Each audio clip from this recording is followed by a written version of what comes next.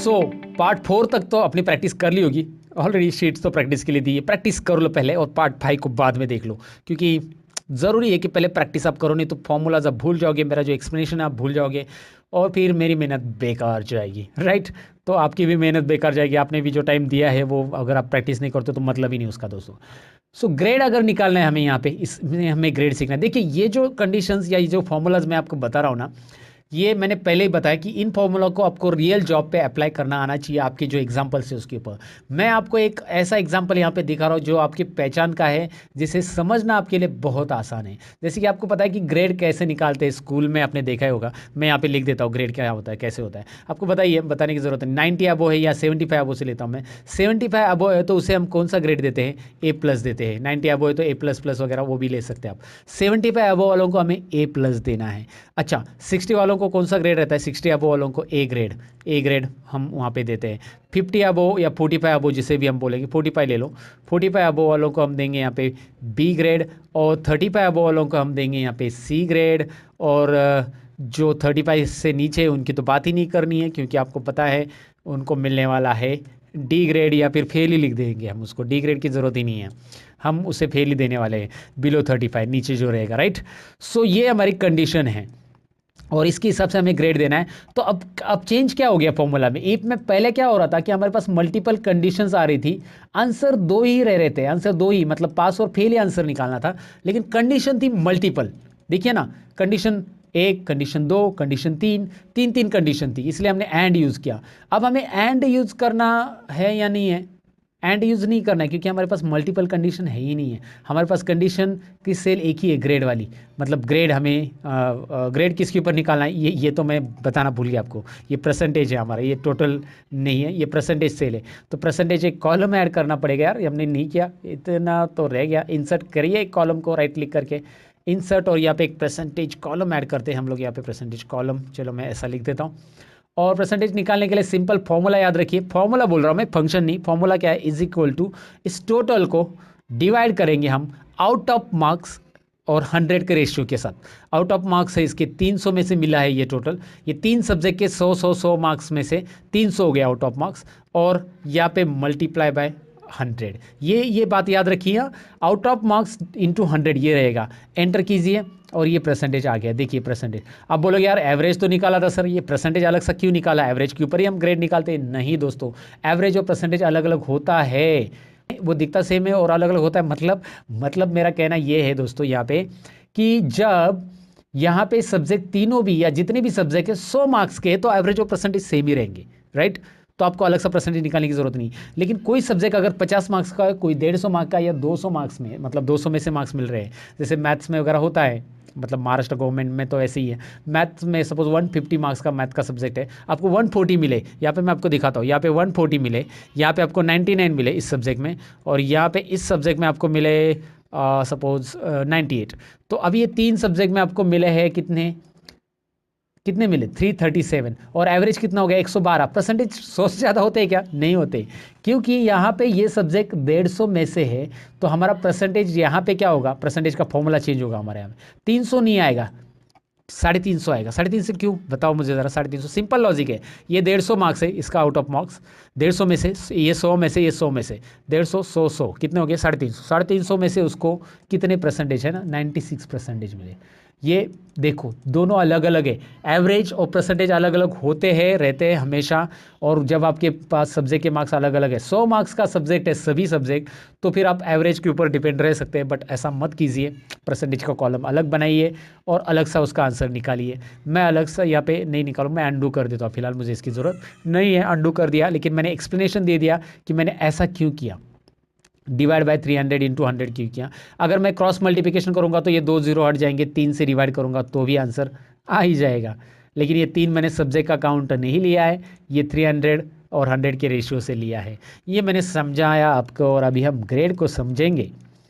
अब हमें ग्रेड को इस परसेंटेज में निकालना है, ये हमें जानना है, इस परसेंटेज में निकालना है, यानी कि हमारे पास कंडीशन एक ही है, यही कंडीशन है, इसी सेल को देना है कंडीशन, और कंडीशन एक ही, लेकिन हमारे पास आंसर कितने हैं, 1 2 3 4 5। यहाँ पे पास और फेल 2 ही आंसर थे, पास और फेल, यहाँ पे 5 आंसर है।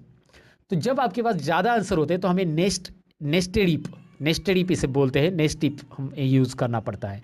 ईप के अंदर ईप, ईप के अंदर ईप, ईप के अंदर ईप, मल्टीपल ईप जब यूज़ करेंगे तभी ये प्रॉब्लम को सॉल्व कर पाएंगे। और ये नेस्ट ईप बहुत सारे प्रॉब्लम में मतलब आपको प्रॉब्लम के सोल्यूशन देने में हेल्प करता है।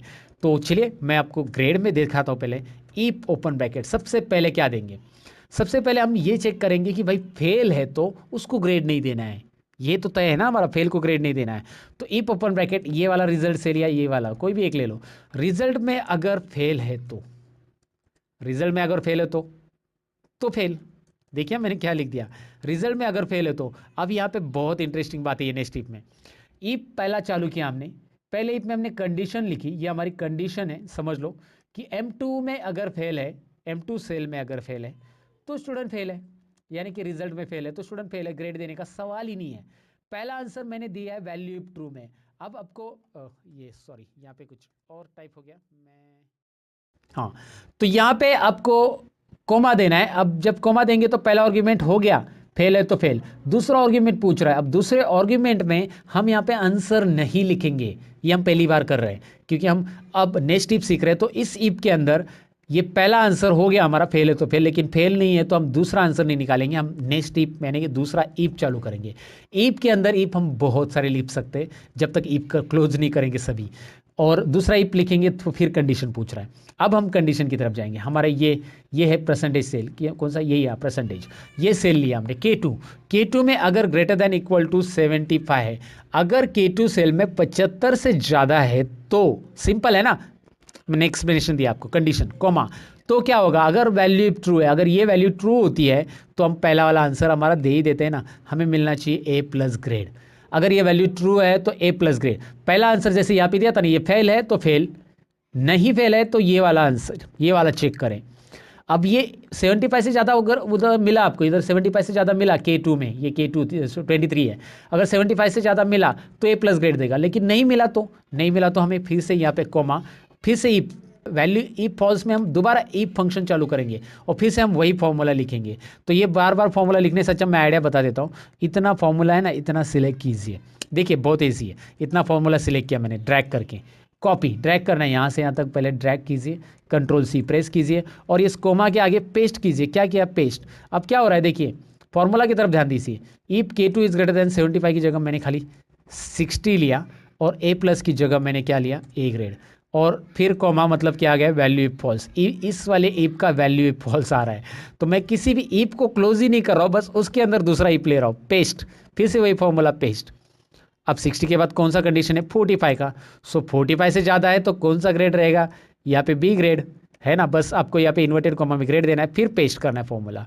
अब यहाँ पे कौन सा कंडीशन है मार्क्स का, 35 का, 35 से ज़्यादा है तो कौन सा ग्रेड, C ग्रेड दोस्तों, और बस खत्म, राइट। अब आपको यहाँ पे कॉमा, ये जो लास्ट की कंडीशन है ना, देने की ज़रूरत नहीं है। क्यों, क्योंकि 35 से ज़्यादा तक हो गए, 35 से नीचे वालों को देना नहीं है, फेल है ऑलरेडी। तो कॉमा के आगे कुछ नहीं करेंगे हम, बस एंटर करेंगे। अब मैं एंटर क्यों बोल रहा हूँ, क्योंकि सभी ईप के ब्रैकेट हमें क्लोज करने हैं, जितने भी ईप ओपन है, लेकिन इतना काउंट करना टाइम जाएगा ना, तो एक्सेल आपको खुद बताएगा कि यहाँ पे 4-5 ब्रैकेट क्लोज होने चाहिए, और वो खुद करेगा, बताएगा और करेगा साथ में, आपको करने की ज़रूरत नहीं। एक्सेल के पास मैंने बोला ना AI है, आर्टिफिशियल इंटेलिजेंसी, हाँ मतलब उसका AI फोटोशॉप से मैच नहीं करा, इतना इंटेलिजेंस नहीं है, बट है। तो नॉर्मली वो सेंस बोलते हैं ना एक्सेल का, है कि यहाँ पे ब्रैकेट क्लोज होने चाहिए, वो कर लेता है। यस कीजिए। अब आपको ये बड़ा फॉर्मूला लग रहा है, लेकिन यहाँ पे आंसर भी इसका एक साथ मिल गया आपको, सभी को एक ग्रेड, सभी को यहाँ पे A ग्रेड क्यों है, क्योंकि उसके मार्क्स उतने ही हैं। अच्छा एक काम कर देते हैं, थोड़ा सा मार्क्स चेंज कर देते हैं। यहाँ पे जो सब्जेक्ट 1 है इसको मार्क्स हम 76 कर देते, और यहाँ पे इसको पास ही कर लेते पहले, 30 नहीं, इसको कर देते, हाँ 45 कर देते। अभी भी वो फेल है तो फेल ही आएगा, क्योंकि इसमें एक सब्जेक्ट में वो फेल है, इसको पास कर देते 35। अब देखिए उसको ग्रेड भी आ रहा है, अभी वो पास है तो डायरेक्टली ग्रेड आएगा, फेल है तो ग्रेड नहीं आएगा, B ग्रेड A ग्रेड। तो यहाँ पे एक कंडीशन ये समझ लो कि एक ईप कंप्लीट नहीं हुआ तो हम दूसरा ईप स्टार्ट कर रहे हैं, यहाँ पे देखिए, फिर इसी को हमने दूसरा ईप स्टार्ट किया, फिर आगे दूसरा ईप, फिर नेक्स्ट, इसी को नेस्टेड ईप बोलते हैं। समझ में आया आपको दोस्तों, ग्रेड कैसे निकालना है, डेफिनेटली आपको समझा होगा। ये एक मतलब छोटा सा फॉर्मूला नहीं, छोटा सा फॉर्मूला है, आपको लंबा दिख रहा है क्योंकि ये फॉर्मूला मैंने बस कॉपी पेस्ट मारा है दोस्तों। ये देखिए कॉपी पेस्ट, बार बार यही कॉपी किया है, कॉपी पेस्ट, कॉमा प्रॉपर ले दे दो। कोमा मत भूलिएगा, मैंने पहले से बोला है, कोमा भूलेंगे तो फॉर्मूला कोमा में चला जाएगा। आई मीन फॉर्मूला रिजल्ट नहीं देगा, एरर देगा, ये मेरा कहना है दोस्तों। सो इफ कंडीशंस को अच्छे से समझ लो, इफ सिंगल कैसे अप्लाई करना है, इफ एंड और के साथ कैसे अप्लाई करना है, इफ नेक्स्ट इफ मतलब इफ के अंदर इफ कैसे अप्लाई करते हैं, ये पार्ट्स में यहाँ पे कवर हो गए।